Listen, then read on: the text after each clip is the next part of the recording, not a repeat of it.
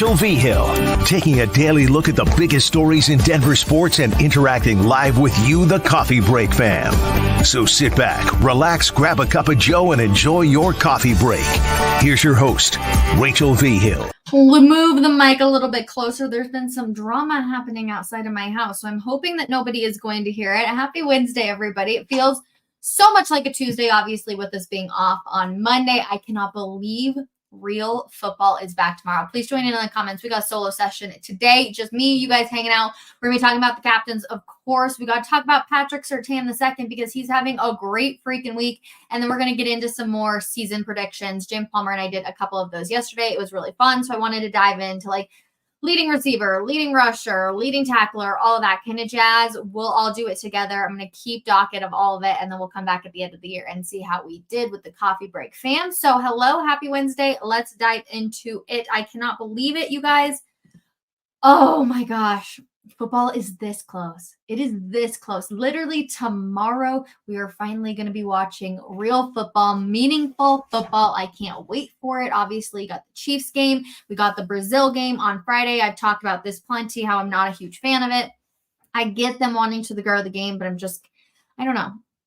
I'm like, this is an America thing. Like, it's here in America. Let's not continuously spread them all out. Before we know it, we're going to have leagues that are in Europe and Asia and like all this jazz. And I don't know, maybe I'm just being a little selfish here, but I'm like, it's here in America. I want to keep it that way. Let me know how you guys feel about all the Brazil stuff that's going on. It seems to be getting a little bit crazy, but Bo Nix, first rookie since 1967 to be named captain. I think this tells me so many things about who Bo Nix is a person, because there's a lot of guys in that locker room that are looked at as leaders.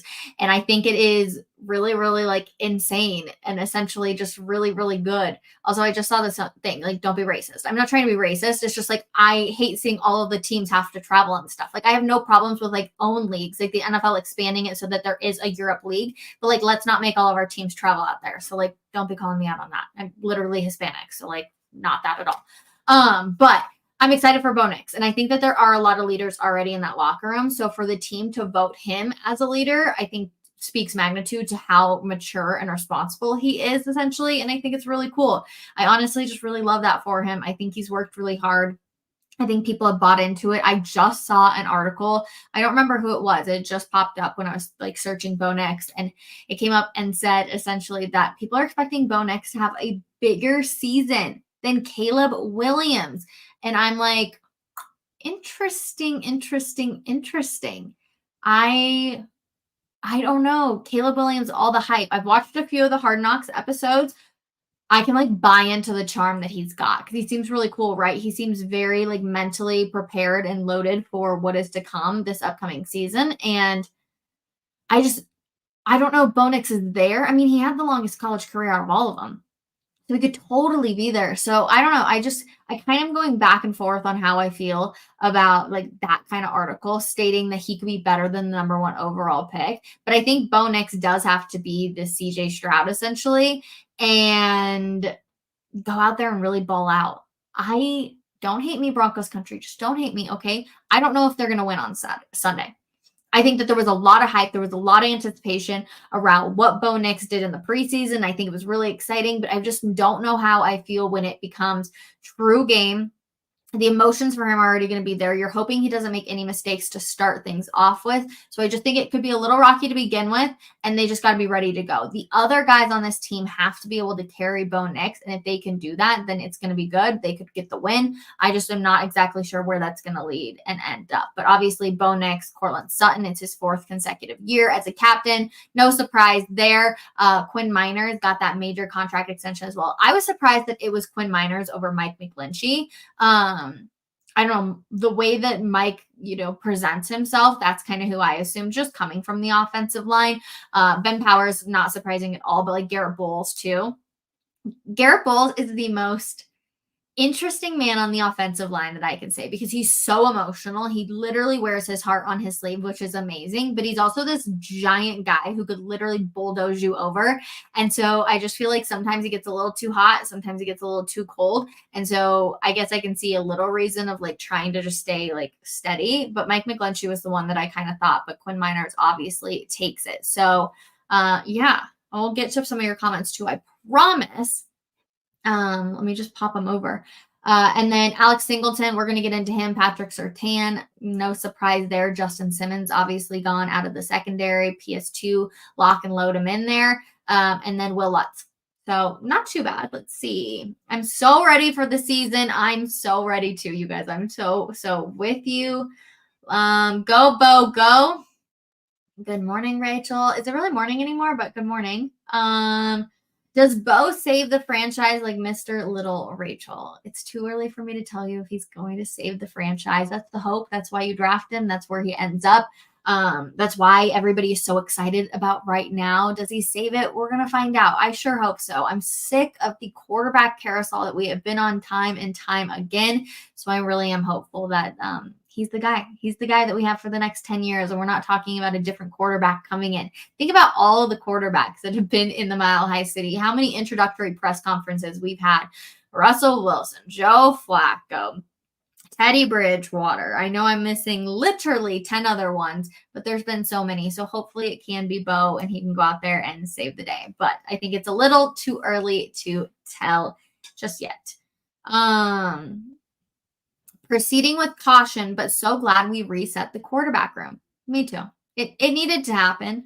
I think that they saw enough potential in Bo Nix that they said, all right, it's time we can move on from Russell Wilson. Russ, man, I'm going to be interested to watch the game this upcoming weekend, obviously, with Russ in Pittsburgh. We saw bad preseason game, and we saw a pretty good preseason game out of Russell Wilson. What's it going to look like when things actually get rolling, though?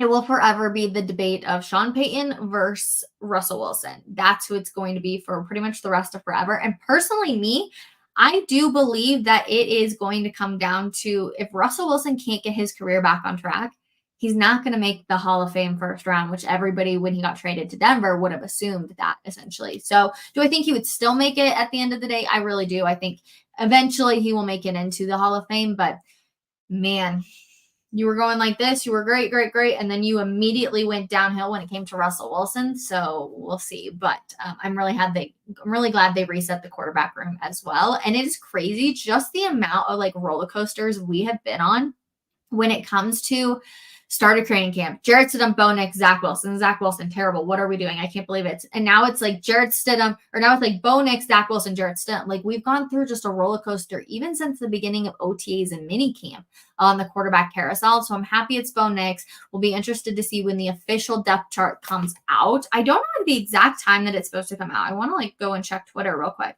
Some teams obviously have already done it.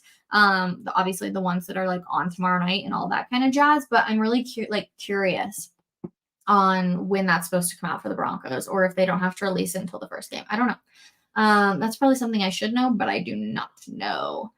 Morning, Rachel. Not surprised Bo selected as captain. His teammates describe his poised, mature, and authentic. Yes, they do. They are. First of all, I think that one that describes all the things that he is. Even as the media, I could have told you that straight from the get-go. So no surprise there as either. But just the fact that he was a rookie, and there's a lot of other veterans in that building that could also be good captains. I'm excited for him, though. I think it's going to be a good move. I'm excited about this, too. PS2 versus Metcalf will be fun to watch, which definitely gets us into the fact that Pat Surtain, congratulations, Patrick Surtain, $96 million, $77.5 million guaranteed. Guaranteed. That's 80% of his contract they get guaranteed. He better be buying his agent a nice steak dinner because that is one hell of a deal. I'm excited for Pat Surtain. There was a comment that I got on Denver Sports Daily this morning. And it was essentially saying that he's not even one of the Broncos' top 5 cornerbacks in the league. And I was going through it, and he was naming off a lot of good people, right? Like Champ Bailey, got Chris Harris Jr. And so I get it in a sense, but he could be that guy. And then there was another comment that was like, hey, like this could be one heck of a deal here in 4 years. And we're all looking back like he's only grown so much. And look at what you have to pay him. It's going to be a steal. And I do have to agree with that. You have to look into the future a bit, right? Your rookie contract essentially is seeing like, okay, can you be that guy in the NFL? He's proven that he can be it. Now he's got to take it to the next level and become even better. But I do think it's a real big possibility. So I'm pumped for that for him. But PS2 versus Metcalf, so funny because when I look at Patrick Surtain, like, obviously, he's a beast. So don't get me wrong, not trying to be disrespectful on any terms right here, but he's just small. Like, he's lengthy, lanky, and he's tall. He's obviously incredibly fast. He's got incredible tackle skills. But like DK Metcalf, I literally am like, ugh, like big guy, right? Like he eats all the Skittles. You could probably give him 100 pancakes and he would devour it. So that matchup, just in the base of weight, I'm like, this is going to be fascinating. But Patrick Surtain's also proven that he can handle these matchups. I can't wait for it. I think it's going to be really good. The footwork, I think, is going to be right. It's week 1. Yeah, I get it. They're coming back and they're getting all into it and stuff, and this is their job, so they should be good to go. But I think footwork and being able to get speed off of the game is going to be real interesting. So I'm excited for that. And hopefully nobody's yelling about Pat Surtain's contract on Sunday, because that would be the first thing if he gets scored on or anything. Everyone's going to be like, it shouldn't have given him the contract. So hopefully that's not the case. All right. Let's see. We'll get to a few more. Then I want to get into my other stuff that I've gotten here. PS2 deserves it. Humble and a real pro. Totally agree. PS5 is a great guy. Happy he got his bag. Dun, dun, dun, dun, dun, dun. I'm so excited for the season, not expecting a playoff run, but can definitely be better than last year. That's one of the hard things, right? And James Palmer and I talked about it yesterday on the show, where it was like, I want to say a 7-win team. 5 would be a real disappointment, but 9 would be like a hell yeah, let's go type of thing. And I just don't know where it's going to end up. I think it can go either way, right? I think they could totally steal a game from the Chiefs here or there, but they could also totally blow a game to the Chargers or the Raiders. And I expect them in my head right now, and tell me if I'm wrong. So I want you guys to all tell me too in the comments. I've got Chiefs, Broncos, Chargers, Raiders. That is my AFC West. So I feel like in that mixture, they could totally steal a game, but they could also totally lose a game to one of those guys, or they could be looking ahead to something. I just don't know how much and what's going to happen. So I'm trying to be patient and just see, right? We're going to learn so much about this team this week when we have, again, real meaningful football. I can't wait, but I'm trying not to get too high or too low on it, because personally, I think they could definitely lose this week, right? There's going to be a lot of emotion. We all know that Seattle and Lumen Field is a hard place to play, so they could totally start 0-1. I do think that they will beat Russell Wilson and the Steelers, so then you're 1-1. And then I don't have good feelings about the Buccaneers or the Jets. You're traveling on the road. It's going to be hot. It's going to be humid. Aaron Rodgers obviously is just like the talk of the Jets right now, and everybody's so excited to see his comeback. So then you're essentially like 1-3, and that's not a good place to be either. So we'll see. I'm excited, but let me know how you guys are doing your AFC West. I'm really intrigued. Okay, let's get into my other stuff we got for today, everybody. Okay, who will be the teams? Dun, dun, dun, dun. And please let me know, and I want you guys to put all of your answers down there as well, but who will be the team's leading rusher? I think this is an easy one for me, at least. And I think it's just because Sean Payton has spoke so highly about him, but it's Javonte Williams in my eyes. I think he is going to bounce back. I think we've seen the speed already with him dropping those 11 pounds. Stop eating late at night. That's what we should all tell ourselves to do. I just think that they're going to pound him the ball. He's going to get back. He's got the speed. Can he carry the guys like he once did? We're going to find out. But I just think at the end of the season, we're all going to be talking about Javonte Williams. Jaleel McLaughlin's going to give you that little bit of extra firepower. And then Audric Estime can come down in and just be like your third down back if you need somebody who can absolutely just like pound the ball. But I think Javonte is going to get a majority of the carries. I'm excited about him. I'm excited that he's down those 11 pounds and he looks faster. But I just think that that's the game plan. And I think Sean Payton's really excited about him. Okay, perfect. Glad you guys are thinking also Javonte Williams. Also, somebody said 3-1. Let's go. Tell me who you think the loss is going to be to in the first 4 weeks. If you're going 3-1, which team is it? Is it the Jets? Because I feel like that's probably the most notable one. Leading receiver. I think it's going to be also an easy one. I would have said Tim Patrick if Tim Patrick was still on this team, but I truthfully believe they're going to feed Courtland Sutton the ball this year. I know I'm going wide receiver number 1 on the Broncos, and you're like, okay, running back number 1, wide receiver number 1. But I just believe that Courtland Sutton's going to be that guy for him. I think he's going to have to be Mr. Consistent. He's going to have to win those 50-50 balls, but he also is going to have to get yards after the catch. That's been the biggest thing when it came to Courtland Sutton. And he's great at 50-50 balls. He can bring it in, but we've got to be able to get an extra 1, 2 yards, 3 yards after the game.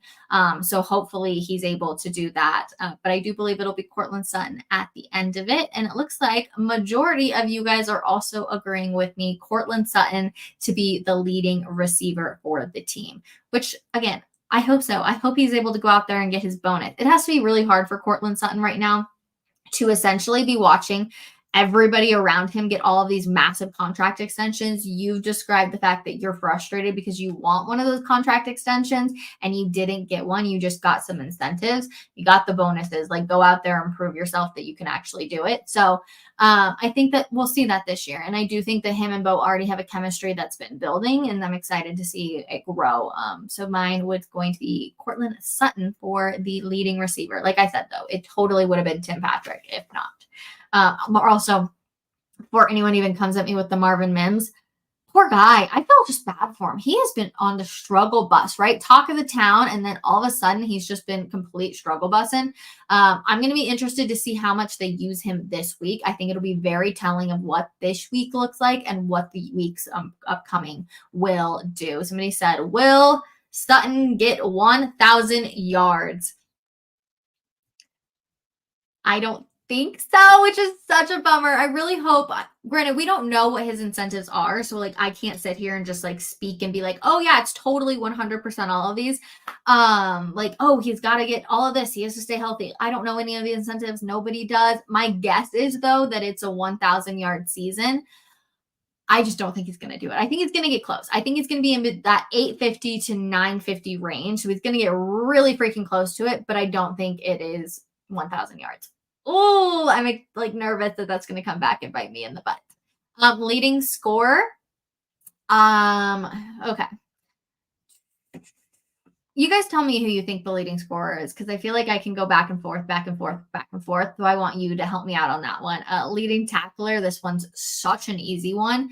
I honestly don't even want to say it and just see how many of you guess it in the comments, because it really is just that freaking simple. But since I'm already having you guys help me with the leading scorer, I will have the leading tackler be Alex Singleton. I mean, this one's a super easy one. Last year, he had 106 solo tackles.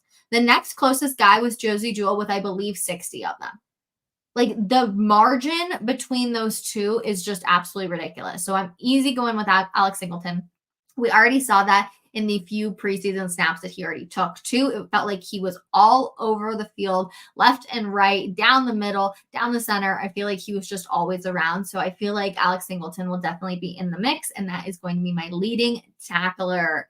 Yeah. See, I love that you guys are all coming in saying Singleton.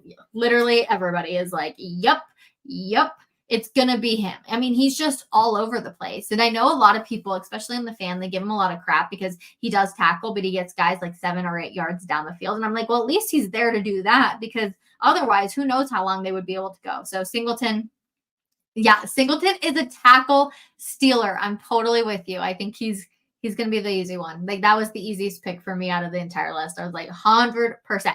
Leader in sacks. This one's also pretty easy for me. But I could see a few guys coming in and taking the crown from him, but it's Jonathan Cooper. Do you guys remember the coffee break episode I did? If you watch it every single day, then you will totally get this. But I came out and I said, who the heck is going to be the Broncos dog? DAWG, dog for this team. And I said, I don't know who it's going to be. I don't know if there is anybody that is that guy. Tim Patrick was it, obviously no longer with the team.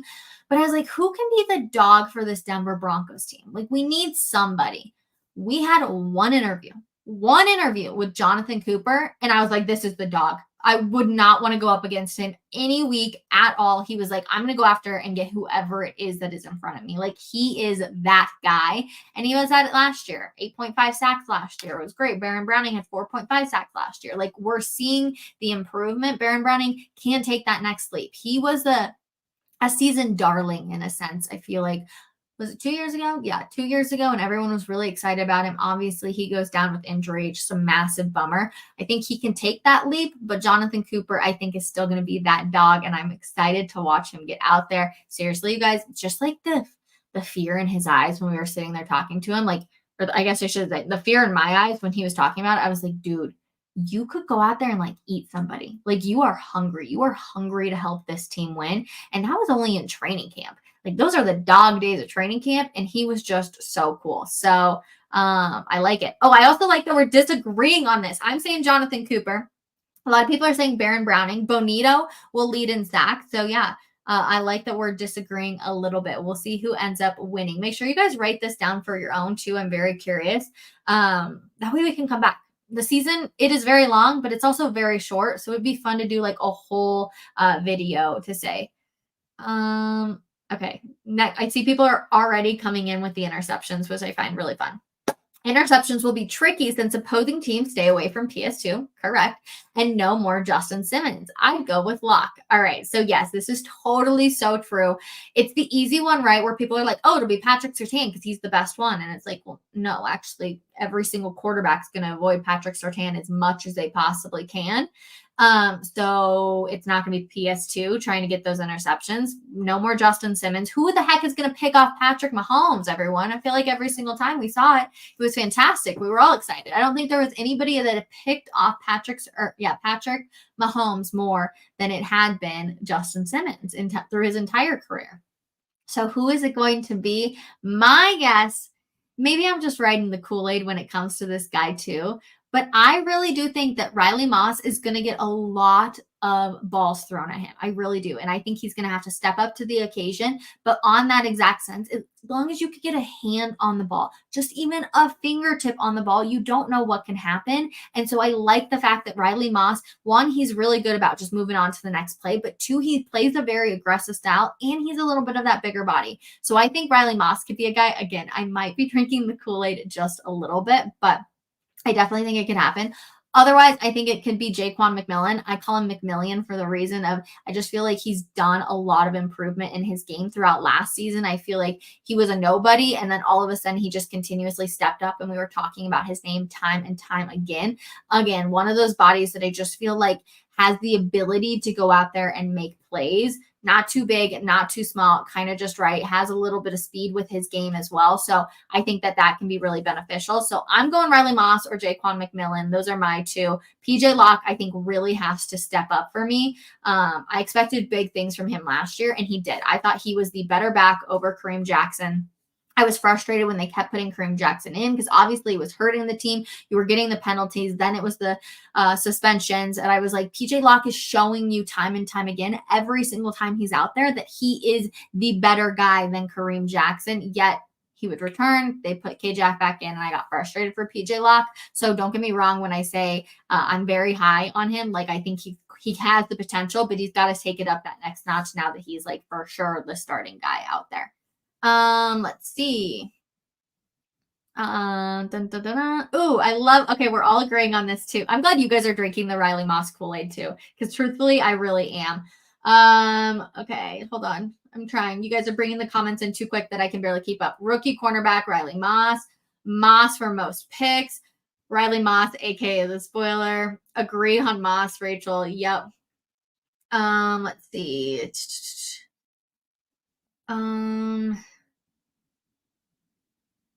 Riley Moss for me too. He has good length and will get tested. He's going to see a lot of balls. He has good ball skills and tackling the football in the air.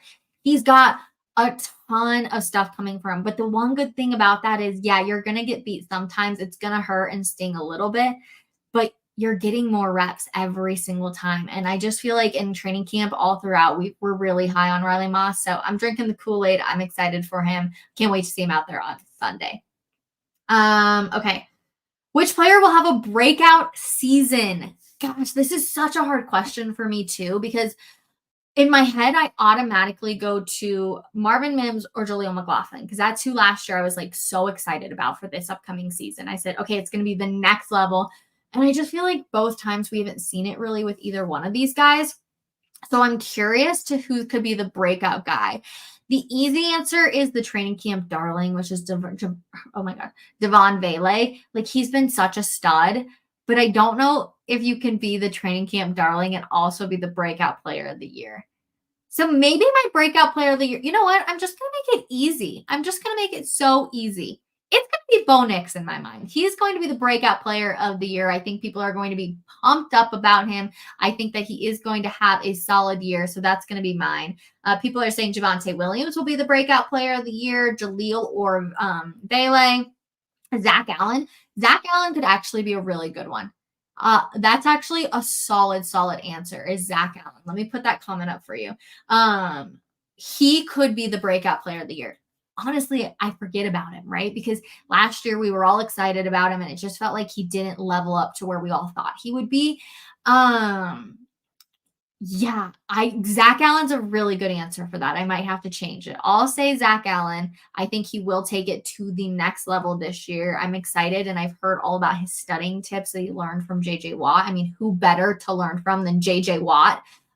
So Zach Allen, that's mine. So thank you. See, this is why I love being able to just chit chat with all of you. I appreciate that one for sure.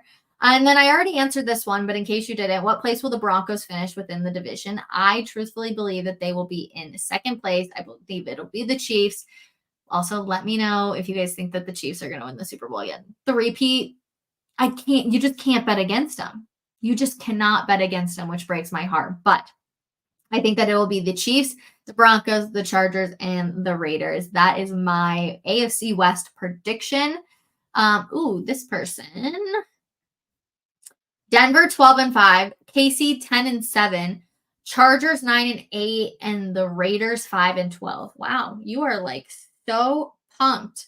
That's crazy. I'm stoked for you to be so high on the Broncos and the Chargers, to be completely real with you.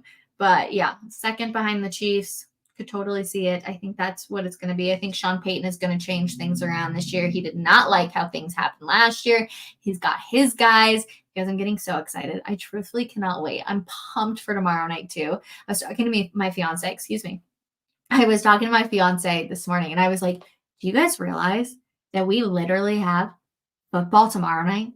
We got the Brazil game on Saturday. We got CU Nebraska. I'm so intrigued to see what Coach Prime's team can actually do against a good football team. Like, is it going to be we're all dying off of Coach Prime and the hype is no longer in Boulder, or is it going to be the real deal like it felt like last year? Can't wait. Sunday, we got the Broncos and a full day of football. And Monday, we got the Manning cast. Like, are you kidding? I can't wait. I cannot wait. I'm so pumped up about it. Football is finally back. I love talking with you guys.